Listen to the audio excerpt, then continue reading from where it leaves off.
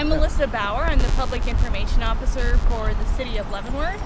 And I am here with Mike McDonald, the Public Works Director. And we're actually here on 10th Avenue. And we're going to be starting construction soon. And we wanted to tell you guys about what we're going to be doing. So we've gotten a lot of feedback about 10th Avenue. Can you tell me what happened to this street to make it in this condition? Sure. This project was constructed in the mid-90s as part of a KDOT funded project, like 80-20 sort of thing. And it was fine for many years. However, the aggregate used in the concrete absorbs water, and that causes two types of problems. One is there's a potential for a reaction between the concrete cement itself and some of the aggregate particles that creates sort of a goo down in the cracks. And the other is the water gets in the rocks, and when the rocks freeze, it creates voids for more water to get in, and it freezes and expands and essentially destroys the concrete from the joints. So we have mostly that latter, what they call decracking, where the joints were failing from the freezing water. But also there's some ASR, the alkali silica reaction, was detected in laboratory tests. We're going to, well, first of all, we fixed this in, I think, 2013. We did repairs to the really bad joints and put down this thin asphalt seal on it.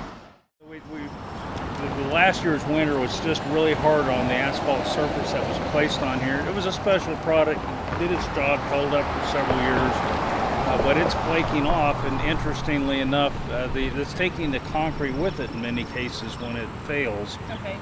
The new project is, we studied what to do, and KDOT has done what we're about to do on I-70, and it's lasted for 6 years on I-70 with no real visible problems. Yeah. We're going to mill off about 3 inches of the concrete. That's going to get us past the worst deteriorated joints. You said 3 inches going to be milled. Going to be milled off, ground off, and hauled off. And we're going to put back a special high-quality asphalt, be 3 inches. And then we're going to do we're going to saw joints into the asphalt pavement and seal them exactly the same way that KDOT did. We're trying to essentially duplicate their project and try to get many years of service out of this. This isn't cheap, but it's actually quite a bit cheaper than rebuilding the roadway. Our numbers show that our repair project here will cost us about $115 a foot. Right. But if you look at what we spent on Ottawa Street a few years ago, that was a complete new street, and that was $470 a foot.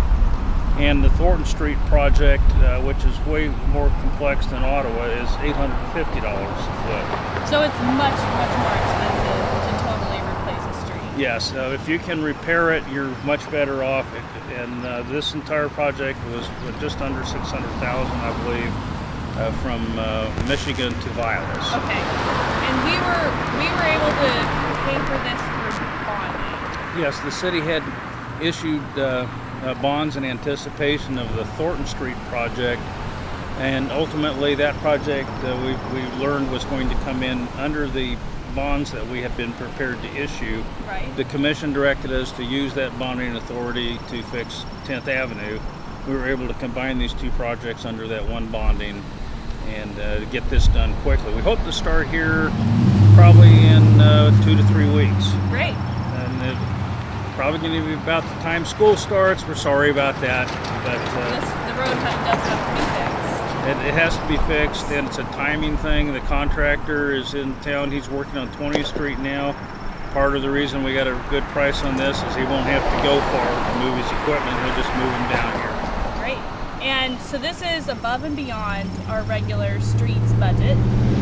Right. This is nothing we're budgeted to do a project of this size. We can work on potholes. We can do small repairs or even some medium-sized repairs. But this type of reconstruction, that is nothing we can do internally at all. Great. Well, we hope that construction should begin fairly quickly. It's going to take a couple of months probably. No, actually quite a bit less. We think it'll take about 2 weeks for the milling, Okay. and then probably a week for the paving. And then they've got to come back and cut the joints. That might take 2 weeks, but during this entire time, you'll be able to drive on the road. Okay.